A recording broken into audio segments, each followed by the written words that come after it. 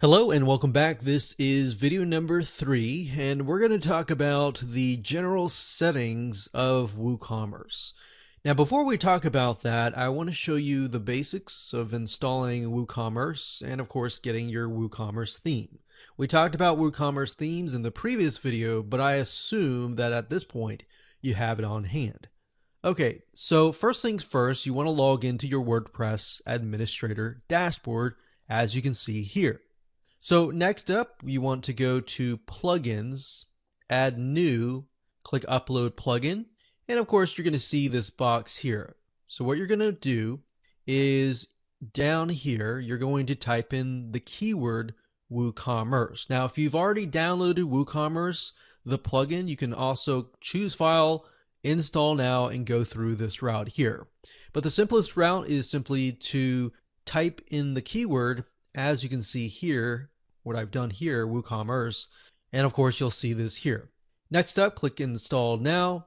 Once that's uploaded, all you need to do next is simply click on activate. So we'll wait just a second here. And once it's activated, it is good to go. Now, before we can complete it, as you can see here, it's activated. We need to go through the WooCommerce setup process, which basically just entails the basics of your site. So it says the following wizard will help you configure your store that you can get quickly up and running. So, you fill in your location, your country, your address, your city, your state, your zip code, what currency do you want the payments to be in, what types of products do you plan to sell, and more. So I'm just going to go ahead and fill this out. And next is the payment processors. So basically, how are you going to take payments? By default, we have Stripe and we have PayPal. Stripe is free, and it's a way that you can take credit card payments. So as you can see, accept debit, credit cards, and so forth. Now, Stripe, I definitely would recommend, because if you don't have this, you would have to have PayPal. And if you have PayPal, you automatically assume that people have a PayPal account. Now, that is not always the case. That might be the case in tier 1 countries, but beyond that, some countries are not allowed to have PayPal. So with that in mind, what you want to do next is simply to check this box here and then type in an email address. So if you haven't had a Stripe account created before, all you have to do is go ahead and enter that email address here, and the system will actually go and create an account for you via Stripe. But of course, if you don't necessarily know now, you can simply uncheck this box, click on continue, and of course you can go back later down the road. So click on continue. Next, we have shipping. So shipping is mainly required if you have physical products. If you have digital products, you can simply skip this process. But if you have physical products, you're definitely going to need to fill this out. So as you can see here, it says we've created 2 shipping zones for the United States and the rest of the world. So down here, we can set the flat rate if we want to do that, and the flat rate for other zones. So you can do that. You can click continue. And of course, if you're not sure right now, you can simply enter 0 and do it later down the road. And of course, next after that, we have the recommended, activate, and ready. Okay, so the recommended for all WooCommerce stores simply are different features and options that you can have. They're not necessarily required for you to have. So for example, it says storefront theme. If you want to integrate the initial theme, which is called storefront, you can do that. If you have a different theme, however, you're going to want to uncheck that. Now it says automated taxes. It's got WooCommerce admin, so you can manage your store's reports. MailChimp. Now you're not going to want to have this if you have your own email autoresponder service. So for example, if you use ActiveCampaign or GetResponse or Aweber, you're going to want to uncheck that. And of course, it says Facebook, enjoy all Facebook products combined into one extension. Pixel tracking, catalog sync, messenger chat, and all the above. So you can check these if you want to, but in my opinion, I would simply uncheck most of them and move forward. Okay, so we're gonna click on continue because I automatically assume that you're gonna have a different WordPress theme. So after we click continue, the next step is to activate, and we're almost done.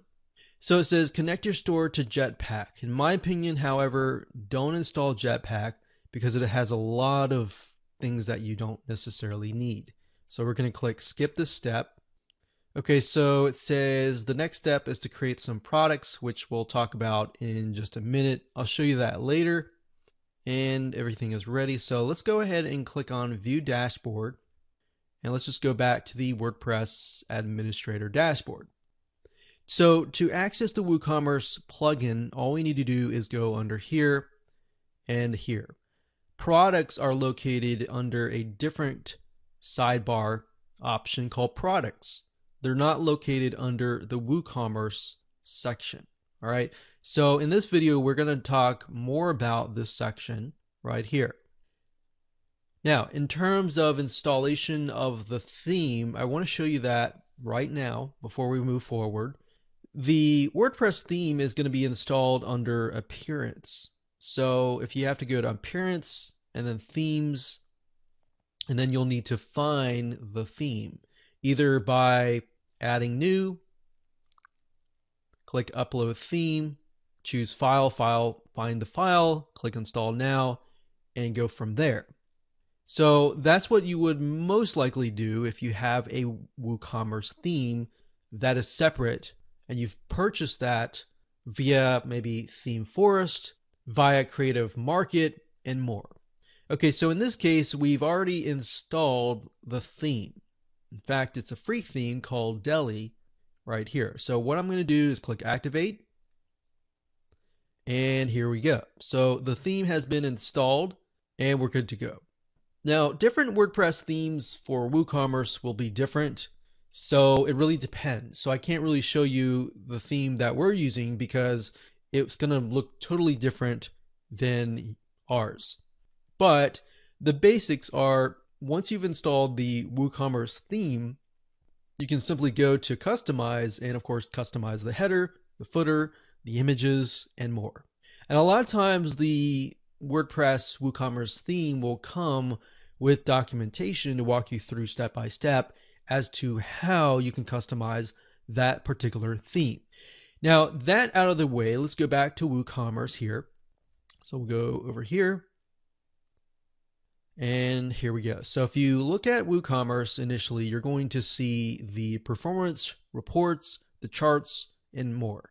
So we can see the date range. So as you begin to make more sales, you'll begin to see more data right here. So that's why it's empty right now, because we haven't actually launched an actual shop.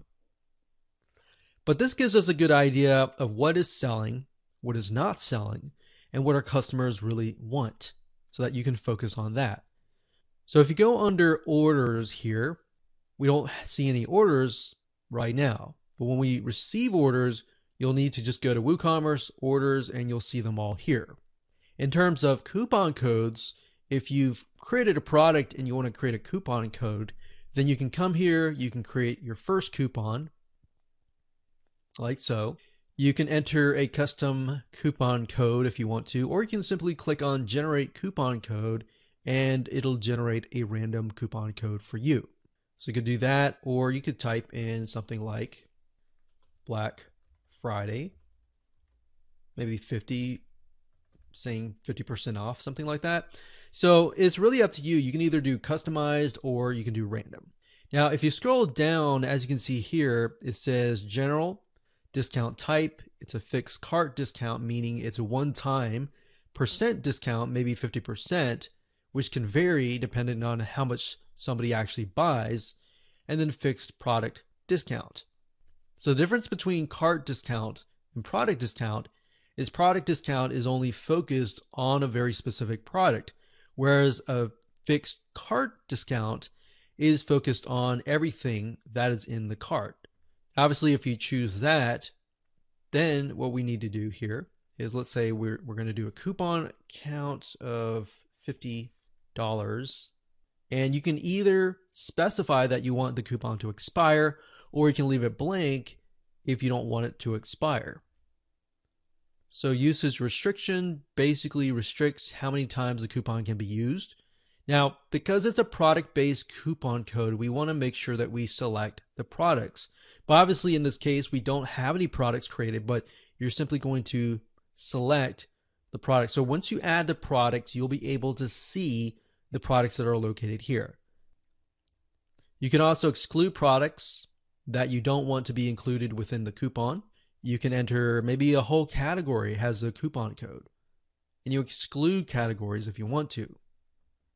So that's basically all that is. As you can see, fairly simple to use, and usage limits, how many times the coupon can be used. Can it be used unlimited times, or can it only be used maybe 100 times until it expires? So that's how to utilize coupons. Next up, we have reports. So we're going to go ahead and click on leave. So this is very similar to the orders, or even this here. It's going to show you the orders, the customers, and the stock. Sales by date, sales by product, sales by category, coupons by date, and customer downloads. So this gives you a better breakdown of what is actually happening within your store. Next up, we have settings. So within settings, this is basically what we dealt with initially. So remember, we got general, we have shipping, we have payments, we have accounts, we have more. So the main differences with the wizard and what we see here are the products. And this is the actual shop page. So it's shop. And then of course we have emails. And what this means are, these are emails that are sent to the customer, such as reset password, new account, order on hold, processing order. So you can change these if you want to, but you don't have to. But it's nice to have to just start off right off the bat. And that's it. Now let's move on to the next video and talk about how to go about creating brand new products or adding products to the system. Hello and welcome back. This is video number 4, and we're going to talk about how to edit the product settings and of course how to create a product. It's super easy. All you have to do is go under products, which is normally under WooCommerce. So it's this section here. And right here, you'll see all products. So if you created products, you'll see all of them here. At the moment, we have no products, so that we see create product. So add new is similar to create a product, categories, tags, and attributes. Now in the future videos, I'll talk about categories and tags, and of course product attributes as well. But for now, let's just talk about and focus purely on these two right here. So to create a product, there are 2 different ways. You can either import them by utilizing this. Let's say, for example, that you have 100 different products, and creating individual products over and over and over again is just going to take a lot of time. So to do that, you can either click create product or start import. I'm going to go ahead and click create product, but I also opened a different tab with the import products here. Now, as you can see here, this says this tool allows you to import or merge product data to your store via a CSV file or a spreadsheet file. So as you can see here, all you have to do is populate it, import it, and you're good to go. Now, I'm not going to focus a lot on this. This is more advanced. What we're going to do is go back over here and create a new product. So this could be, let's say, book 1. And then what you want to do is you want to add your description here. And ideally, put them in bullets, bulleted points or number bullets, whatever.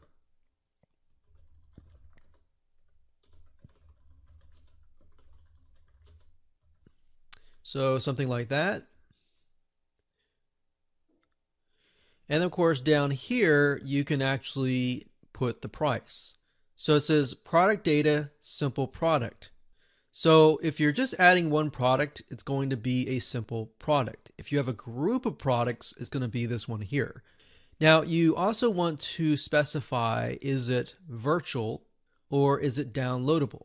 So as you can see with this tooltip, it says virtual products are intangible and are not shipped. Downloadable products give access to a file upon purchase.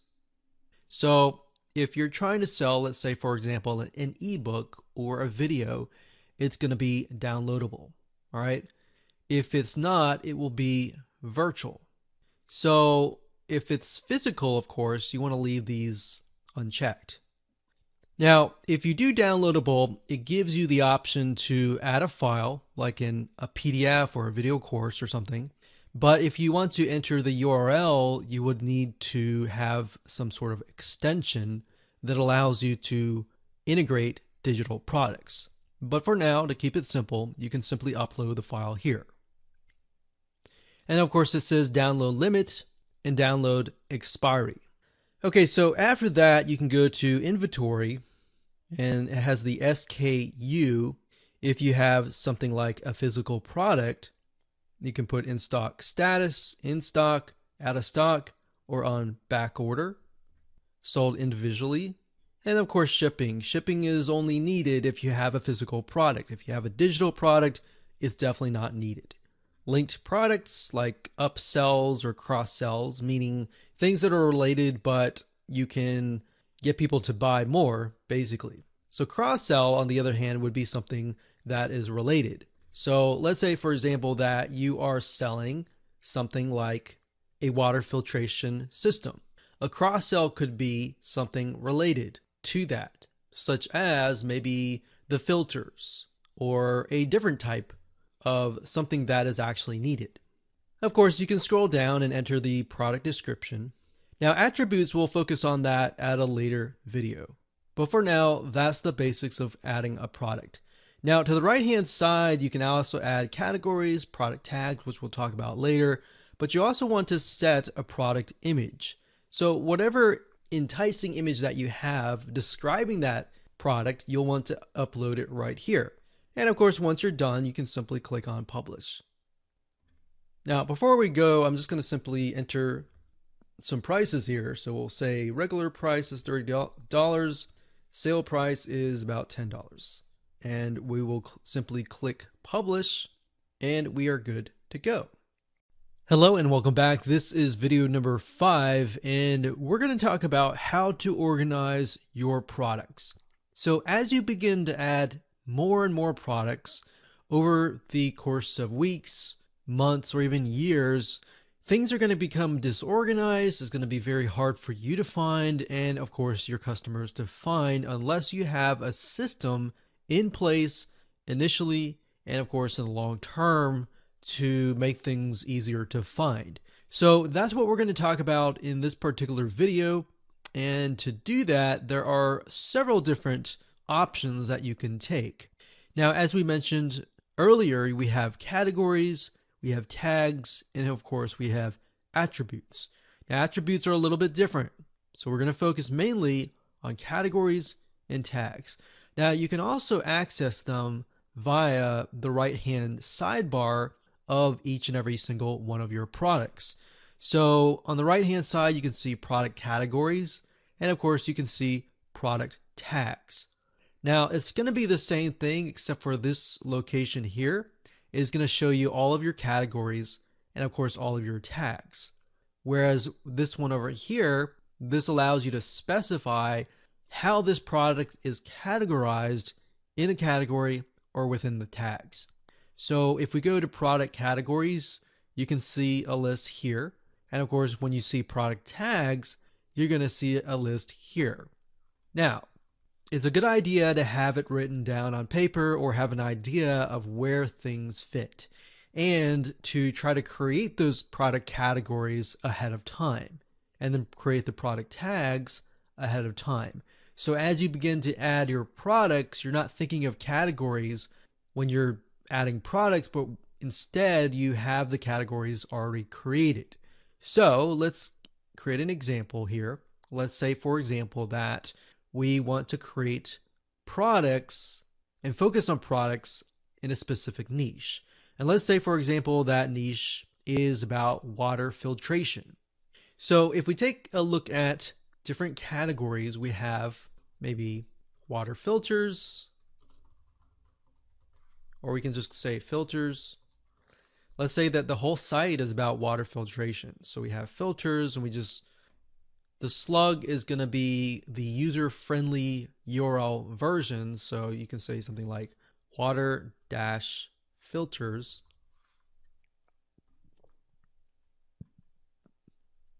And then you'll want to put a description.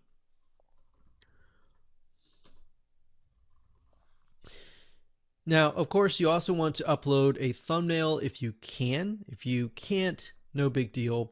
Just create a category. So when you're done, all you have to do is click on Add New Category, and you're done. So we can see that here. Now, let's say you've created other categories, and as you can see to the right, we see count. The reason why it's 0 is because there's no products that are attached to that product category. Now, if we go over here and we're going to refresh the page, I'll actually click on update and go from there, and we see filters. So I'm going to uncheck uncategorized, click on filters, and there we go. So if I click on update here, and I go back to the product categories and I refresh the page from this page, you'll see that it says filters count 1. So to get a broader view of things, you can always go to product categories and see how many products are within what category. The same thing holds true with product tags. You can create product tags over here, or you can simply create them over here. So let's say, for example, that we're going to create the product tags over here. So this is a water filtration device, so we can say something like filters, and you can click enter, and then something like water, let's say 1-year warranty.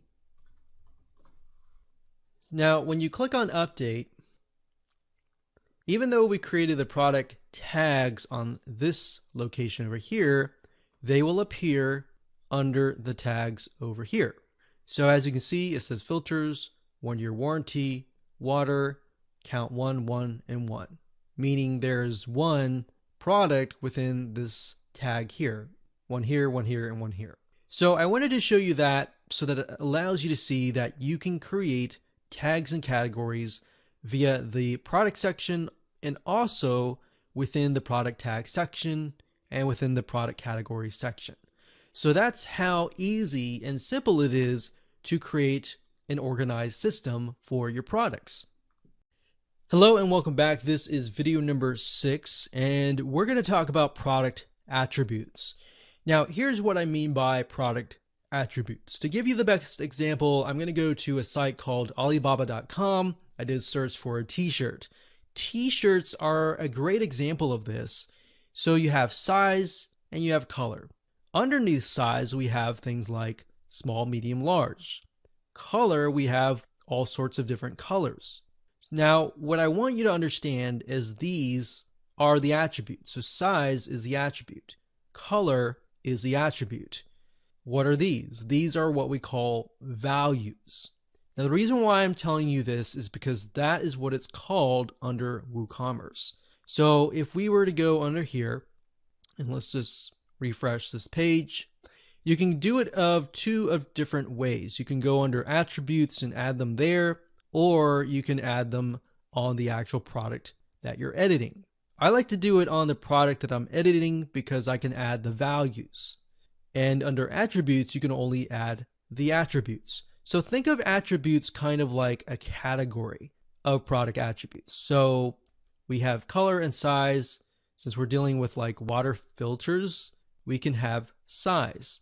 So you pick and choose the attribute, you click on add, and then of course you're going to see values. So the values for size would be something like small, and then you type that in and then you click add new. And then we can type in medium. And of course, large. Click add new, enter that here, click OK. And that's it. That is how to add a product attribute. Now, of course, if it were color, let's say color, you would do the same thing. Let's say we have brown. So you click on add new, click OK, click add new, green, click add new, white, and we click save attributes. So now we can click update.